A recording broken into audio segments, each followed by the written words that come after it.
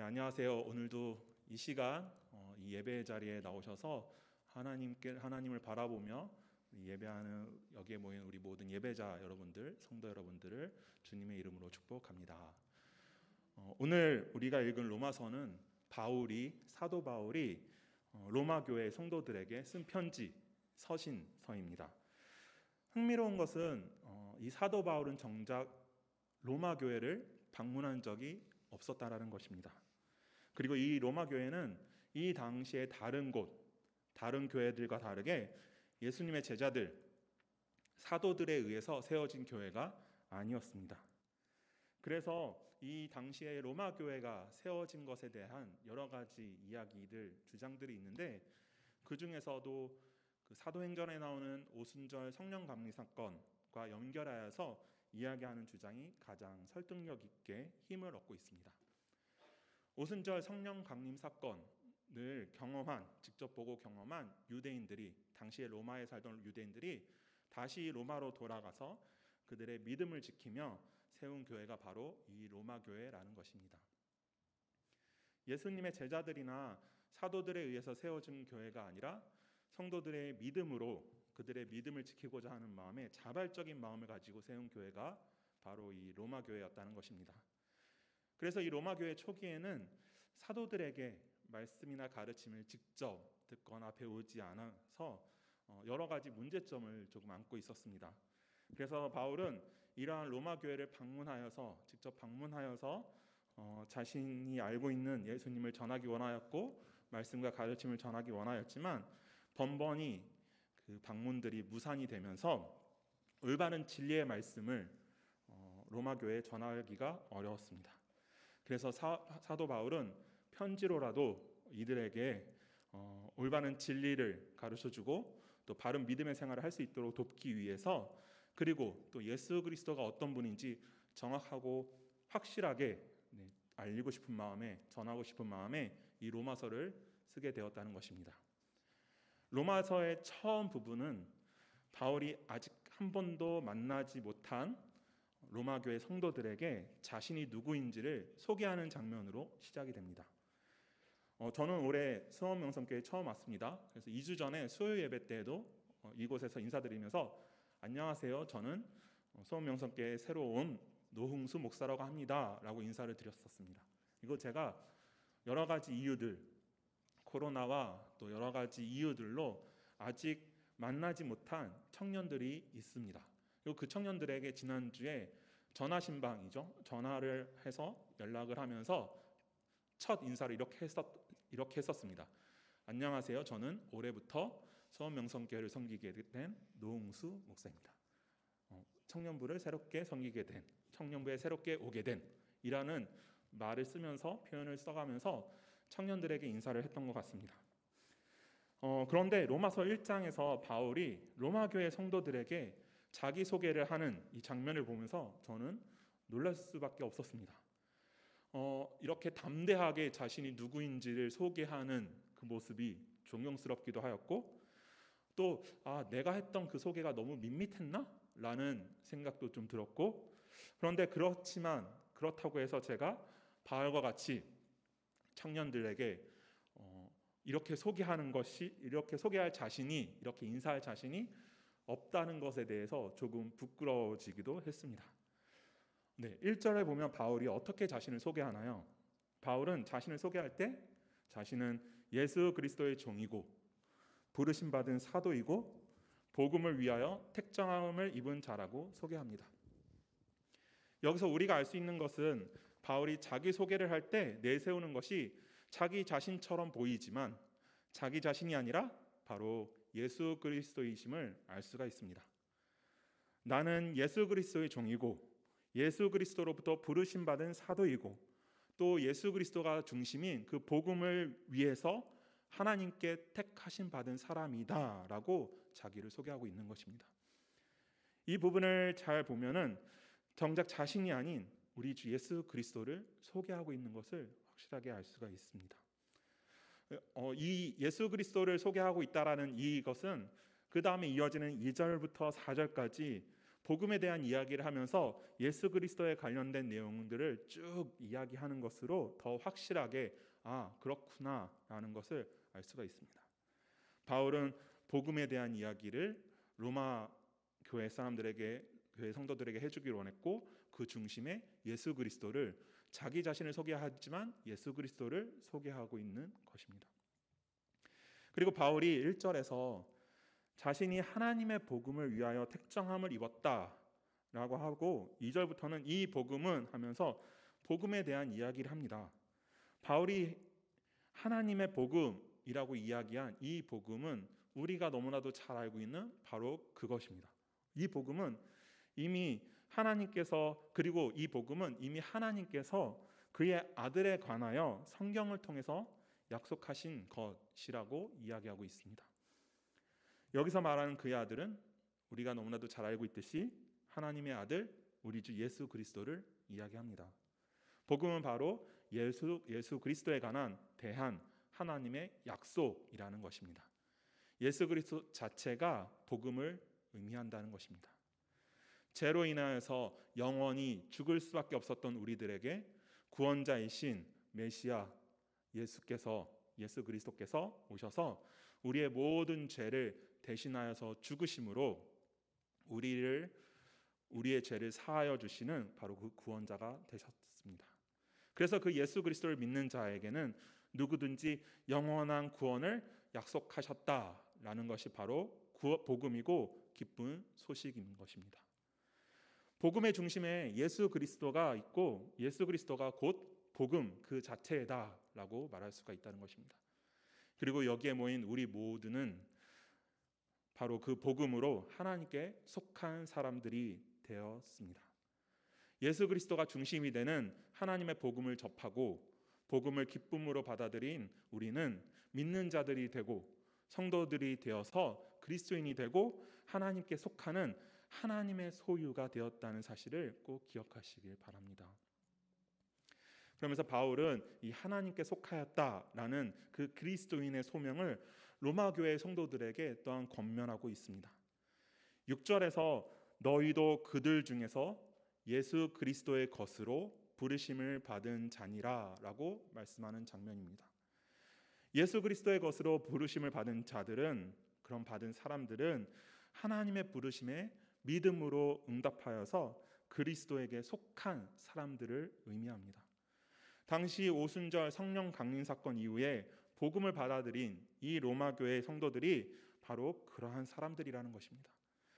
5절과 연결해서 말하자면 너희가 이전에는 이방인들이었지만 믿음으로 순종하게 되었으니 이제는 예수 그리스도의 것이 되었다라는 것입니다.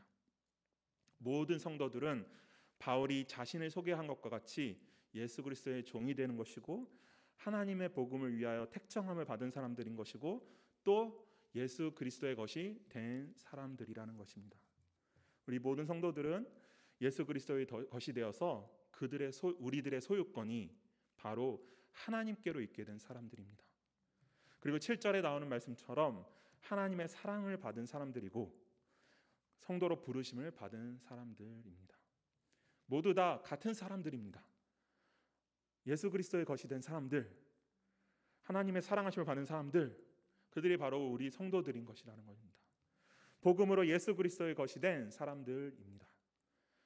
예수 그리스도의 것이 된 사람들은 그렇지 않은 사람들과는 다른 모습이 있어야 합니다. 아니, 다른 모습이 있게 됩니다. 어떤 다른 모습일까요? 예수 그리스도의 것이 된 성도들은 하나님의 소유가 된 사람들이라고 말씀드렸습니다. 성도라는 단어는 헬라어로 하기오스라고 합니다. 그 뜻은 깨끗하고 정결하게 하나님께 드려지다, 하나님께 헌신되다 라는 의미입니다. 바울은 이 단어를 이방인 출신 성도들이 많이 있었던 로마 교회의 믿는 자들을 지칭하면서 이야기하고 있습니다. 믿는 자들은 예수 그리스도의 피로 죄악의 세력에서 벗어난 사람들이고 세상과 구분되어 세상과 다르다는 것을 드러내는 사람들이기에 로마 교회 교인들에게 성도라는 단어를 사용하였던 것입니다. 성도들은 자신들의 삶이 예수 그리스도의 피의 값, 십자가에 흘려 죽으신 그 피값으로 된 소중하고 귀한 것이라는 것을 잊지 말아야 하겠습니다. 그래서 성도들은 예수 그리스도의 피로 죄를 씻음 받은 사람들이기 때문에 예수 그리스도의 피로 인하여 세상에서 구분되어지고 또 하나님의 소유가 된 사람들인 것을 모두 다 기억하시기 바랍니다. 성도들은 천국을 본향으로 삼은 나그네들이고 하나님의 자녀로 거듭난 사람들이고 이제 그들은 새롭게 거듭나고 변화되어서 새로운 피조물이 되어 육신의 정욕과 세상의 욕심대로 사는 것이 아니라 거룩한 성령의 법을 따라 살아야 하는 사람들이 된 것입니다.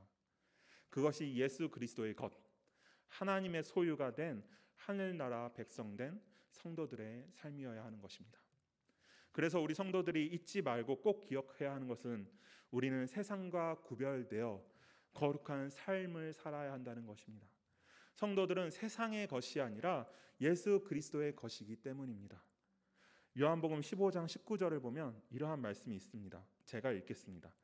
너희가 세상에 속하였으면 세상이 자기의 것을 사랑할 것이나 너희는 세상에 속한 자가 아니요 도리어 내가 너희를 세상에서 택하였기 때문에 세상이 너희를 미워하느니라. 아멘.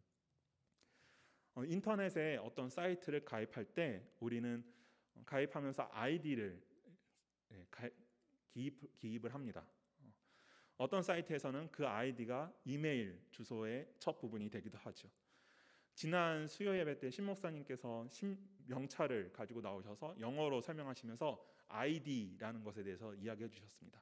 Identify 또는 Identification이라고 하면서 그 ID라는 것은 자기 자신이 누구인지 그 정체성을 밝히는 것이라고 하였습니다.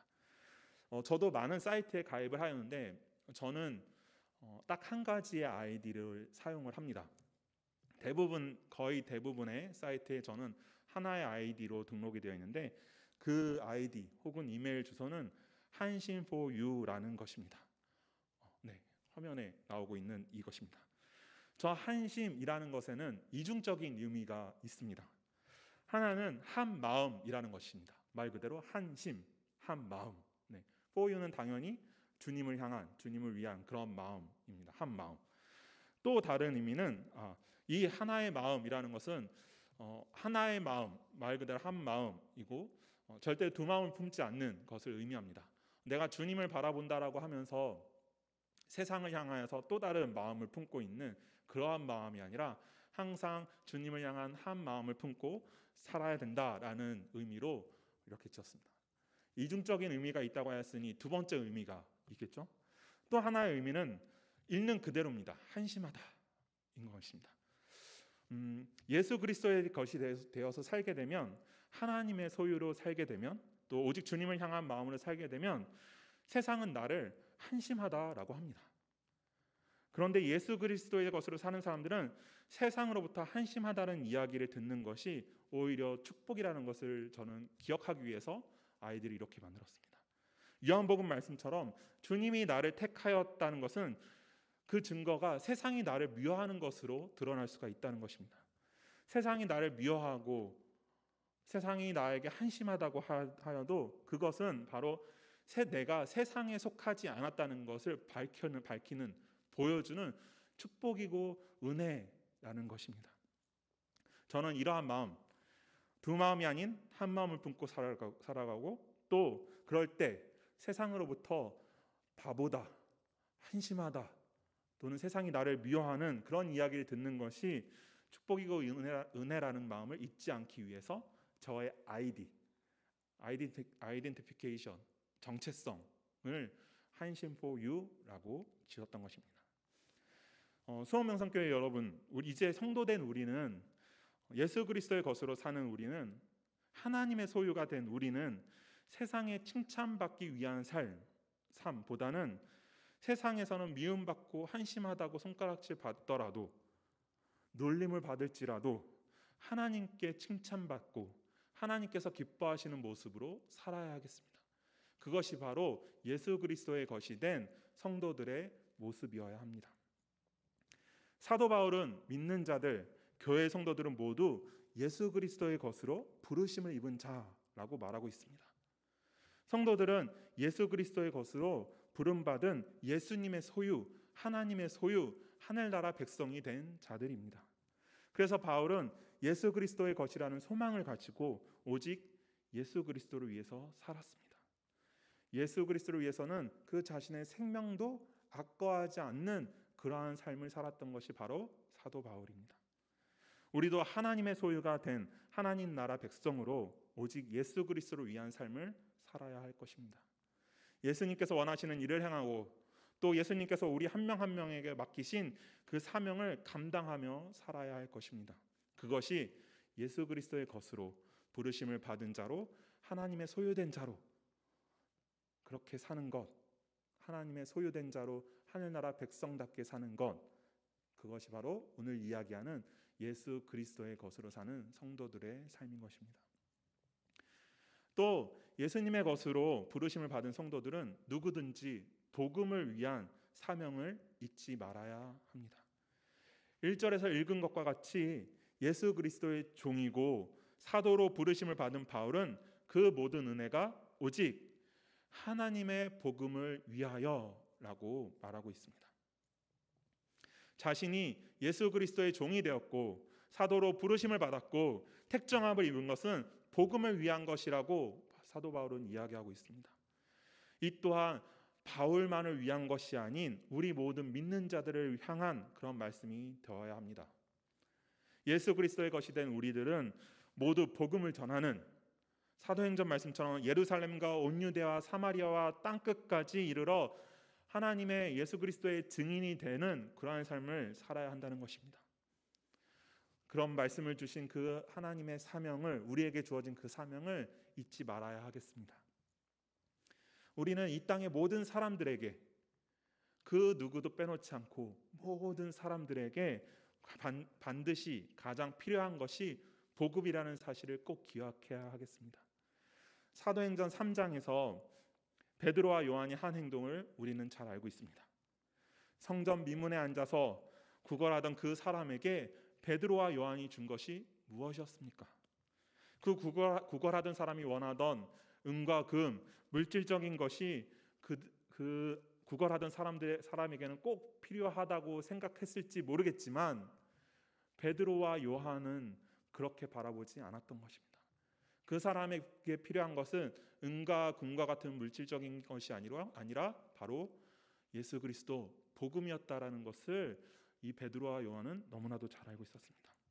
그래서 이 베드로와 요한은 예수 그리스도의 이름으로 그 앉아서 구걸하던 자를 고쳤습니다. 그에게 예수 그리스도의 이름으로 일어나라고 명령하면서 예수님을 그 사람에게 소개하고 예수님을 전하였습니다. 그리고 어떤 일이 일어났습니까? 나면서부터 앉아있던, 그래서 성전 미문에 앉아 자포자기하는 마음으로 구걸만 하고 있던 그 사람이 바로 그 자리에서 벌떡 일어나 그리고 자신의 몸이 회복되어지고 자유가 되는 순간 하나님을 찬양하고 찬송하는 모습이 있었습니다. 그에게 복음이 들어가면서 그는 육체적인 회복과 함께 영적인 회복이 일어났던 것입니다. 이것이 바로 복음의 힘입니다. 이것이 바로 복음의 능력이라는 사실을 우리는 모두 기억해야 할 것입니다. 이사야서 61장 1절을 제가 읽겠습니다. 주 여호와의 영이 내게 내리셨으니 이는 여호와께서 내게 기름을 부으사 가난한 자에게 아름다운 소식을 전하게 하려 하심이라. 나를 보내사 마음이 상한 자를 고치며 포로된 자에게 자유를, 갇힌 자에게 노임을 선포하며. 아멘. 복음은 사랑이 없는 자에게 사랑을 주고 건강하지 못한 자에게 회복을 주고 자유가 없는 이들에게 자유를 주고 생명이 없는 이들에게 생명을 주는 것이 복음입니다.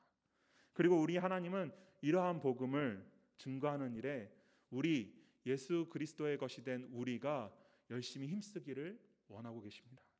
하나님께서는 예수 그리스도의 것으로 부르심을 받은 자들에게 복음을 위하여 살아야 한다라고 계속해서 끊임없이 말씀하시는 것을 잊지 말아야 하겠습니다.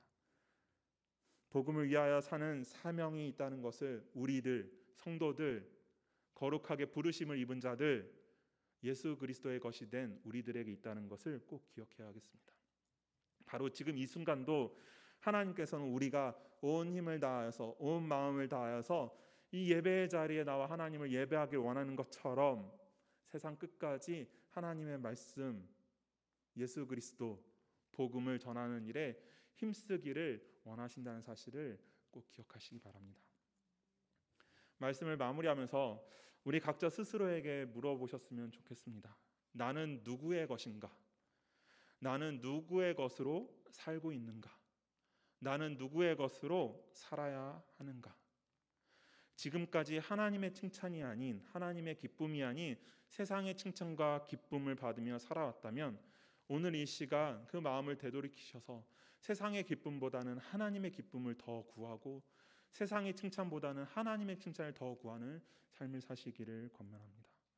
또한 이 시간을 통해서 우리가 하나님이 기뻐하시고 하나님이 사랑하시는 모습으로 사는 그 예수 그리스도의 것임을 다시 한번 되새기시면서 날마다 나는 예수 그리스도의 것이다 라는 것을 잊지 않고 살아가는 우리 수원명성교회가 되기를 바랍니다. 그래서 이제는 내가 예수 그리스도의 것이 되어서 세상이 예수 그리스도를 전하는 사람들이 다 되시기를 바랍니다. 예수 그리스도의 십자가를 전하고 부활을 전하며 예수 그리스도가 중심인 복음을 전하는 우리 모두가 되기를 간절히 바랍니다. 복음을 전하는 그 사명에 충실한 자, 복음을 전하는 그 소명에 순종하는 자, 그렇게 이 수원명성교회가 세상의 것이 아닌 예수 그리스도의 것이 되는 교회가 되어서 우리 7절에 나오는 바울의 인사처럼 하나님 우리 아버지와 주 예수 그리스도로부터 은혜와 평강이 가득한 그러한 교회가 되기를 간절히 기도합니다. 아멘. 제가 기도하겠습니다.